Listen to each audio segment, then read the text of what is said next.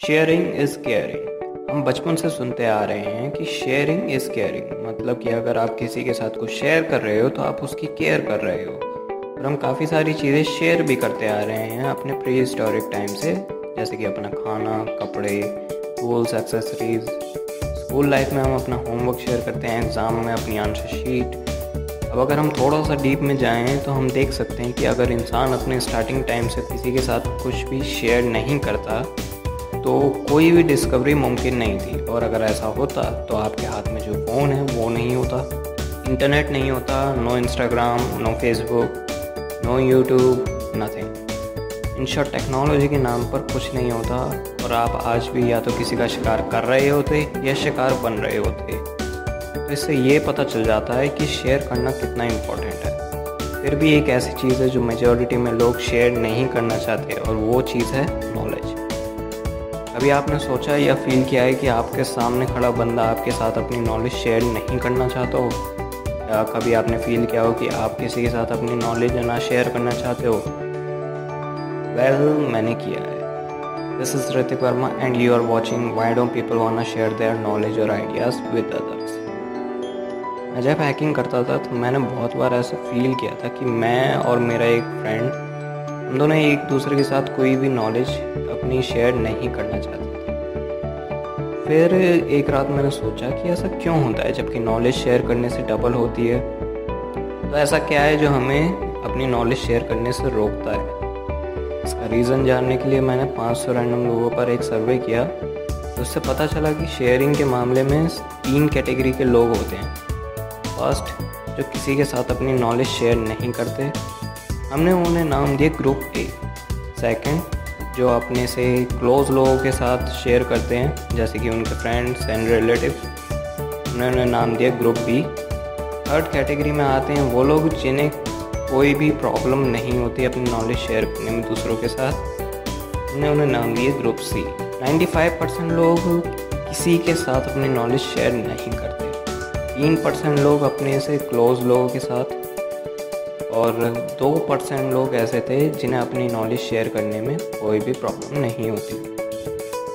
जब हम सभी लोगों से रीज़न पूछा गया तो ऑलमोस्ट सभी के डिफरेंट आंसर्स थे, लेकिन वो एक ही चीज़ की तरफ इशारा कर रहे थे और वो है फियर। लेकिन फियर में भी कैटेगरीज होती हैं और शेयरिंग के मामले में मेनली 4 कैटेगरीज हमें देखने को मिली। आइडियाज़ चोरी होने का fear, fear of competition, fear of judgment and fear of failure. फिर हमने सभी पार्टिसिपेंट्स के आंसर्स को स्टडी किया तो हमने देखा कि ये चारों फियर्स आपस में कनेक्टेड है। आगे हम जानेंगे कि ये कैसे एक दूसरे से कनेक्टेड हैं। और उससे पहले मैं आपको बता देता हूँ कि 1960 की एक रिसर्च के अकॉर्डिंग इंसान सिर्फ 2 फियर के साथ पैदा होता है, fear of falling and fear of loud noise. बाकी सभी फियर्स हम बड़े होते होते सीखते हैं। तो सवाल ये है कि ऐसा क्या है जिसकी वजह से ये नेगेटिव फियर्स ना चाहते हुए भी हमारे अंदर आ जाते हैं। इसके लिए हमें पहले इन फियर्स के बारे में जानना होगा। पहला, आइडिया चोरी होने का डर। बोथ ग्रुप ए और बी दोनों के लोगों के अंदर ये फियर था। लोगों को लगता है कि उनका आइडिया यूनिक है, पर ऐसा नहीं है। एक स्टडी के अकॉर्डिंग ह्यूमन माइंड में डेली के 60,000 से 80,000 आइडियाज़ आते हैं। देखा जाए तो करीब 2500 से 3300 एक घंटे में। और आप मुझे एक बात बताओ, अकेले इंडिया की पॉपुलेशन 133 करोड़ है और पूरे वर्ल्ड की 780 करोड़। अब आप खुद सोचो, आपका आइडिया किसी और के माइंड में नहीं आया होगा? 98% चांसेस हैं कि कोई ऑलरेडी आपकी यूनिक आइडिया को यूज़ कर चुका है। यकीन नहीं होता तो आप गूगल कर लीजिए। अब आप पूछोगे कि कोई भी आइडिया जो आपके माइंड में आएगा वो बेकार है। बिल्कुल नहीं, यहाँ पर अब भी 2% चांसेस हैं आपका आइडिया यूनिक होने के। क्या हुआ, खुशी नहीं हुई थी ना? ठीक है, तो अब ये सुनिए, दुनिया बहुत बड़ी है, प्लस कोई भी आइडिया तब तक बिल्कुल बेकार है जब तक उस पर एक्शन ना लिया जाए। अब खुद ही सोचो, एक बंदे के माइंड में 2500 से 3300 आइडियाज़ एक घंटे में आते हैं, तो क्या वो सभी आइडिया सक्सेसफुल हो जाते हैं? नहीं। क्यों? क्योंकि लोगों को सिर्फ सोचने में मज़ा आता है। Majority of people are lazy as है, they procrastinate and don't take action. लोग एक्शन ही नहीं लेते हैं और इतिहास गवाह है कि ऐसे बहुत से सक्सेसफुल आइडियाज़ हैं जिन्हें आप जानते हो और वो किसी और के आइडियाज़ थे और एक्शन लेकर उन्हें सक्सेसफुल किसी और ने बनाया, जैसे कि फेसबुक और मैकडोनल्ड्स। लोगों को ये भी लगता है कि अगर उन्होंने अपनी नॉलेज या अपने आइडियाज़ किसी दूसरे के साथ शेयर किए तो उनके लिए कंपटीशन बढ़ जाएगा और उनकी मुश्किलें बढ़ जाएंगी। उन्हें लगता है कि एक तरह से वो अपने पैर पर खुद ही कुल्हाड़ी मार लेंगे, जो ले आता है हमें सेकंड फियर पे, फियर ऑफ कंपटीशन।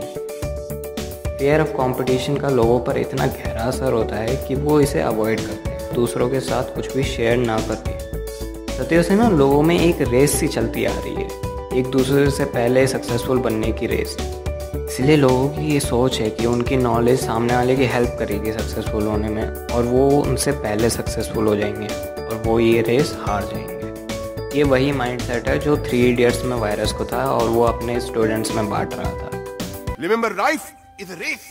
अगर तेज नहीं भागोगे तो कोई तुम्हें कुचल के आगे निकल। इस रेस को जीतने के लिए 2 रास्ते होते हैं, आसान रास्ता और एक मुश्किल रास्ता। या तो तेज भागो या फिर दूसरे की रफ्तार कम करो। जाहिर सी बात है लोग आसान रास्ता चूज करेंगे, जैसा कि मूवी में चतुर करता है। इसलिए वो दूसरों के साथ कुछ भी शेयर नहीं करते और दूसरों की स्पीड कम करने की कोशिश करते हैं। मैं इस माइंडसेट को कहता हूँ क्रैब माइंडसेट। ऐसे लोग कॉन्शियसली एडमिट नहीं करते पर डीप डाउन दे नो कि वो लेजी हैं और एक्शन नहीं लेते। इसलिए उन्हें ये इनसिक्योरिटी होती है कि सामने वाला एक्शन ले लेगा और उनसे पहले सक्सेसफुल हो जाएगा। कुछ लोगों को लगता है कि अगर वो किसी के साथ अपनी नॉलेज या आइडिया शेयर करेंगे तो लोग उनकी हेल्प करने के बजाय उनका मजाक उड़ाएंगे या उनकी हिम्मत तोड़ने की कोशिश करेंगे, which leads us to next fear, fear of judgment. ये वही है अपना पुराना लोग क्या कहेंगे या सोचेंगे वाला।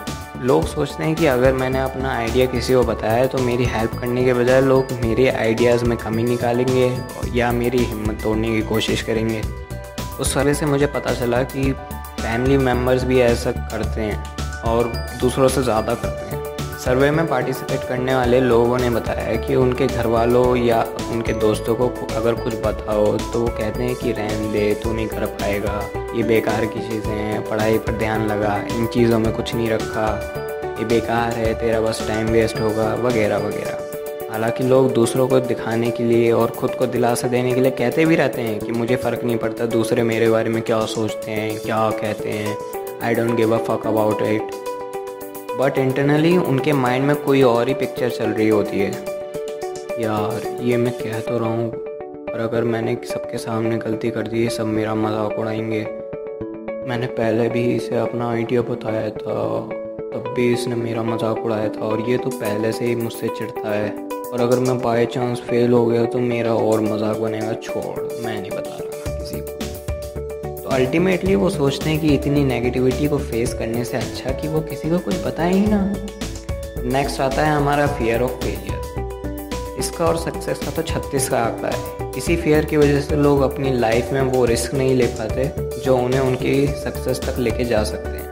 फेल हो जाने के डर की वजह से भी लोग अपने आइडियाज़ शेयर नहीं करते, क्योंकि जब वो अपने आइडियाज़ शेयर करने की सोचते भी हैं तब उनके अंदर ना एक रिस्क वाली फीलिंग आ जाती है। अगर आइडिया शेयर किया तो कंपटीशन बढ़ जाएगा, मुश्किलें बढ़ जाएंगी, फेल होने के चांसेस बढ़ जाएंगे, और बाई चांस अगर फेल हो गए तो फिर लोग उनका मजाक उड़ाएंगे, ताने देंगे। तो इसलिए इस फियर को भी अवॉइड करने के लिए लोग किसी को कुछ भी नहीं बताते, अपनी नॉलेज या अपने आइडिया शेयर नहीं करते।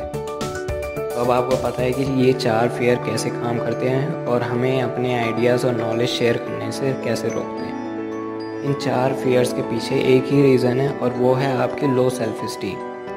अगर इन 4 फियर्स में से एक भी फियर आपके अंदर है तो मतलब आपके अंदर लो सेल्फ इस्टीम। मैं अभी ब्रीफली सेल्फ इस्टीम के बारे में आपको समझाऊंगा, क्योंकि सेल्फ इस्टीम एक लंबा टॉपिक है, इसलिए उस पर एक अलग से वीडियो बनाऊंगा। जिन्हें नहीं पता सेल्फ इस्टीम क्या है, मैं उन्हें बता देता हूँ कि सेल्फ इस्टीम और सेल्फ कॉन्फिडेंस में डिफरेंस है। जहाँ सेल्फ कॉन्फिडेंस का मतलब होता है अपनी खुद की एबिलिटीज़ में विश्वास होना, सेल्फ इस्टीम का मतलब होता है अपने आप में काबिल महसूस करना। इसे अच्छे से समझने के लिए देखते हैं हाई सेल्फ इस्टीम और लो सेल्फ इस्टीम वाले लोगों में क्या डिफरेंस होता है। लो सेल्फ स्टीम वाले लोगों में ये 4 फियर्स तो होते हैं, पर इसके साथ साथ उन्हें कॉन्स्टेंटली लोगों की अटेंशन चाहिए होती है, और ये लोग दूसरों की अटेंशन पाने के लिए उन्हें खुश करने की कोशिश करते रहते हैं। ये लोग नीडी और डेस्परेट होते हैं। ऐसे लोग ना फ्रेंड जोन में फंस के रह जाते हैं, चाहे वो लड़के हों या लड़कियाँ। ये अपने आप को दूसरों से छोटा समझते हैं, इसलिए ये लोग अपने अपोजिट जेंडर वाले लोगों से बात नहीं कर पाते हैं। इन्हें दूसरों की सिंपैथी लेने में बड़ा मज़ा आता है, और दूसरों की सिंपैथी पाने के लिए ये लोग दूसरों के सामने रोते रहते हैं और अपनी लाइफ की मुश्किलें गिनाते रहते हैं। इनसे दूसरों की वैलिडेशन के बिना कोई काम नहीं होता। अगर ये नए कपड़े लेने भी जा रहे हैं ना, तो इन्हें दूसरों की वैलिडेशन चाहिए कि ये अच्छे लगेंगे उन कपड़ों में या नहीं। ये लोग सोचते हैं कि ये लोग प्यार के लायक नहीं है और इनके अंदर कमियों का भंडार है, बाकी सब लोग परफेक्ट है बस इन्हें छोड़ के। ये लोग पेसिमिस्टिक होते हैं, छोटी छोटी बात से निराश हो जाते हैं और हिम्मत हार जाते हैं। इन्हें सैड रहने में बड़ा मज़ा आता है। ये लोग पास्ट में जीते हैं और पूरे दिन सैड सॉन्ग सुनते हुए रोते रहते हैं। इन्हें लगता है कि दुनिया बहुत बुरी है, मतलब इनका माइंड जो है ना फुल्ली नेगेटिविटी से भरा हुआ है।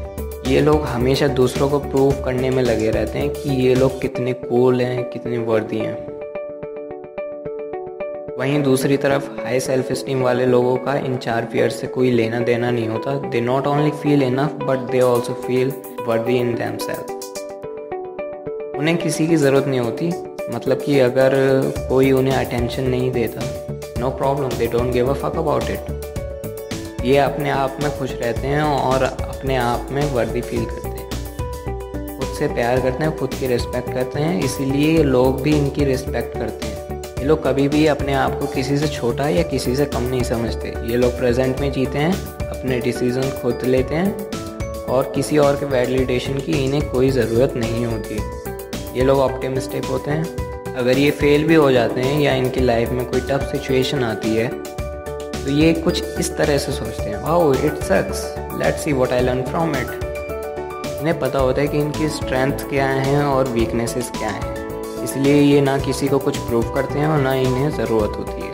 इन्हें ऑलरेडी पता होता है और लोगों को भी पता होता है ये कितने कूल हैं और वर्दी हैं। हाई सेल्फ स्टीम वाले लोग ही अपनी लाइफ में सक्सेसफुल होते हैं। अब आपको पता है कि सेल्फ स्टीम क्या है और लो सेल्फ स्टीम और हाई सेल्फ स्टीम में क्या फ़र्क है।